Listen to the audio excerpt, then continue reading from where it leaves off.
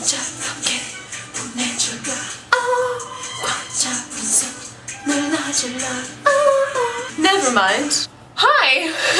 안녕하세요 여러분.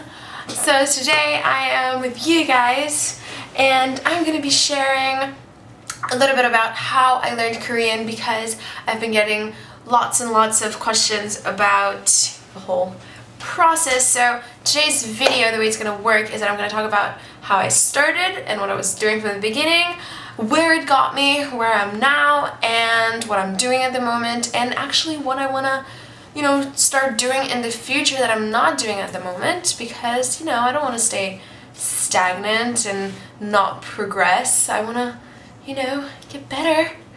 Yay! So let's embark on our journey. So step number 1, the most crucial of all steps that you must take in this endeavor. Basically, you have to learn the alphabet. Yep, it's just as easy as that. Without learning Hangul, which is Korean alphabet, I highly doubt you will go anywhere. The way I learned Hangul is I went online. My friend actually, hi Bella, I hope you're watching. My friend actually, she showed me a website where she was learning Korean from, and I will link it in the description box below, so please check it out. The guy's amazing. He explained really well just the basic steps of how to easily learn Hangul, because it can be quite complicated if you don't know how to start, but it can actually be super logical and super easy. I learned it in a matter of 2 weeks, just, really well, and I actually, oh my god, I found my super old notes from like ages ago. The way that this website works is that it gives you a couple of vowels and a couple of consonants each lesson, and you just use them until they get into your brain and they never leave. Done with Hangul. Step number 2 that I did after learning an alphabet is practicing like crazy.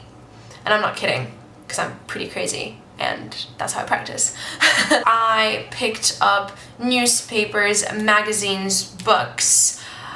I read lyrics of my favorite K-pop songs, and just to get that writing system into my own system, because that was a totally new thing for me and for my writing hand, So I practiced writing and reading a lot of it. I actually have some babies. These are my treasures. I found them. This one I actually found in England, in the UK, and it dates back to March 14th, 2013. And it is super useful. It's fully in Korean. It's got little advertisements and articles, and what I love about it is that it's all in Korean. Actually, fun fact, the way I got this newspaper was after visiting this super cute tiny Korean restaurant in London. Ajashi that was working there, he noticed that I was trying to order in Korean, and he was super supportive, and he helped me out, and he gave me this to improve my Korean, and he actually gave me extra kimchi for free, which I was super excited about, and I've been going to that place ever since, and it's amazing. I will write the name of that restaurant if any of you guys are in London. Also, another newspaper I found in Canada. Yay, props to Canada. It's also all in Korean, serves the same purpose. I used it for the same reasons. I read all of it through like 500 times just to get my Korean going. Now, lyrics. That's actually one of the most asked questions that I've gotten, and it was about how is my pronunciation so good when I cover Korean songs? First of all, thank you guys for thinking that my pronunciation is good. That's like the most important thing for me, because oh my god, it's so embarrassing if you sing in a different language and you sound like the biggest 외국인, aka foreigner. So It's pretty terrible and it's pretty embarrassing, so I'm really glad that I'm not. So what I do is I find lyrics of the song that I want to cover and I do not look at romanization. If you guys want to learn Korean, like actually learn Korean, forget that romanization exists. It's not your friend. It's there to ruin you. Basically, I find lyrics in Korean and I read them in Korean. That's how I learn them. I memorize them in Korean. And when you read it yourself in Korean, your pronunciation is so much different than when you read it in romanization, in like written in English letters. So yeah, that's my little key to how I cover my songs. Yeah. Lastly, in the number 2 step, I have this little baby, and it is basically Read and Speak Korean for Beginners book. The easiest way to learn to communicate right away. Includes 60-minute CD for correct pronunciation. I really like this book at the beginning. I don't use it anymore because I'm past this level. But it's super useful and it's got illustrations, it's got key concepts and pictures and exercises to do. They're really helpful. It's divided into topics by questions, like what's your name, where are you from, what is this, what is it like, who is this, what do you do, all those kind of things. I really used this book a lot. I actually wrote down sentences that I heard in dramas, like right here. Oh my god. 죽을래? I think that's from Airs. And oh boy, 나랑 잘래? What drama did that come from? 나랑 잘래 basically translates roughly to do you want to sleep with me? So that's pretty direct. I don't know. I really should figure out what drama I found that from. Anyways, moving on. You don't technically need to buy a book like I did to learn Korean because all the resources are right there online, but it's super useful and it's a perfect beginner's level, but at the same time it introduces you to certain grammar concepts, which is what I am working on right now. So this leads me to my 3rd step, which was, what am I doing right now? Right now at the moment, because I learned the basics, because I got some of the vocabulary covered, I am embarking onto learning grammar concepts, which is a lot more harder. It takes a lot more time, and this is actually what the language truly is about. The way I do it, the way I did it, I started it mostly from online blogs and learning sites, which I will all link in the description box below. Sites like Talk to Me in Korean, Korean101.com. All those people are amazing, and I'm so grateful to them for giving us regular people an opportunity to just learn a language like this whenever we want. So I take a lot of notes on grammar concepts, like, oh my god, like some of them are on 을까, should, like 한국어 공부할까, should we learn Korean, 무슨 영화 볼까, like which movie should we watch, all that kind of stuff. And I have vocab, indicative particles, 이 and ka particles, like just really pure basic grammar. As I said, I get it from online sources, which I will all link, so you shouldn't worry. Also, what I'm trying to do is expand my vocabulary, because I've got some of it, really little tiny portion, but I really need to learn more words. And what I do for that is, yes, I listen to more K-pop, I watch more K-dramas, I watch variety TV shows like Running Man or Infinity Challenge. All those TV shows really help you get into this conversational and everyday, day-to-day language that Korean people actually use, because in dramas their language is really perfect and really well pronounced, and in real life people really don't talk like that. We tend to talk fast, we tend to gobble up some vowels and consonants.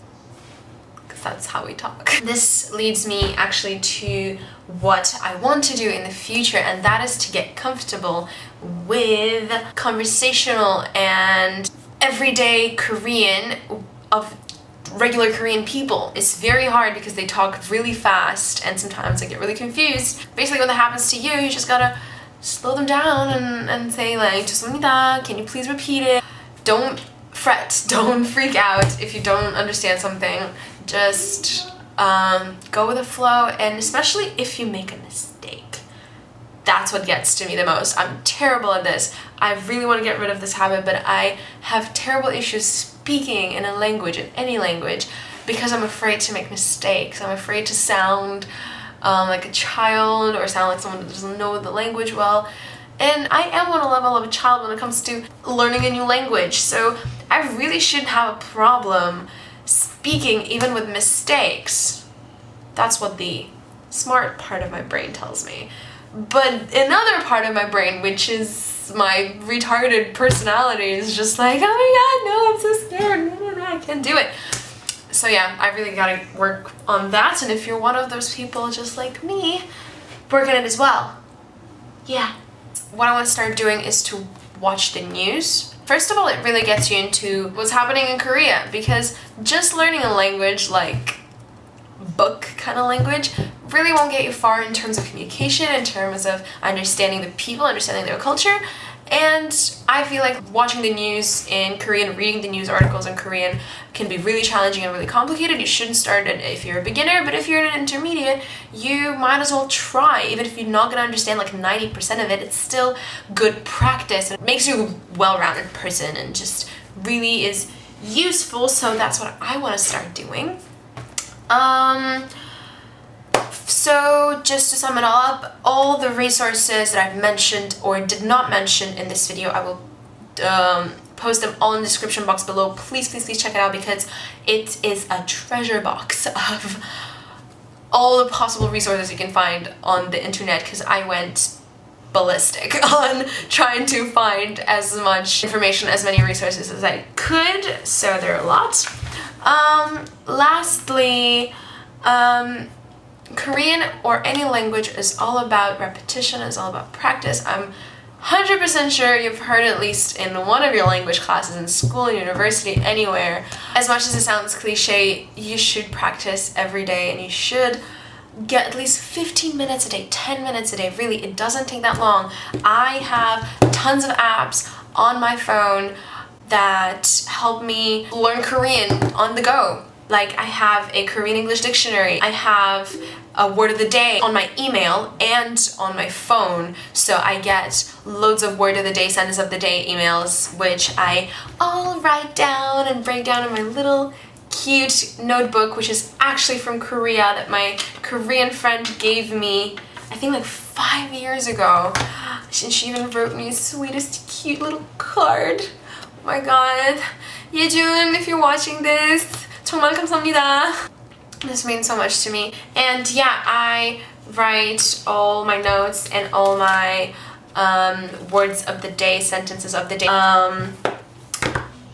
Basically, use all the resources that you can. There's so much stuff out there. If you're just brave enough to go and grab it and make use of it, boy, you're gonna go far. Or girl.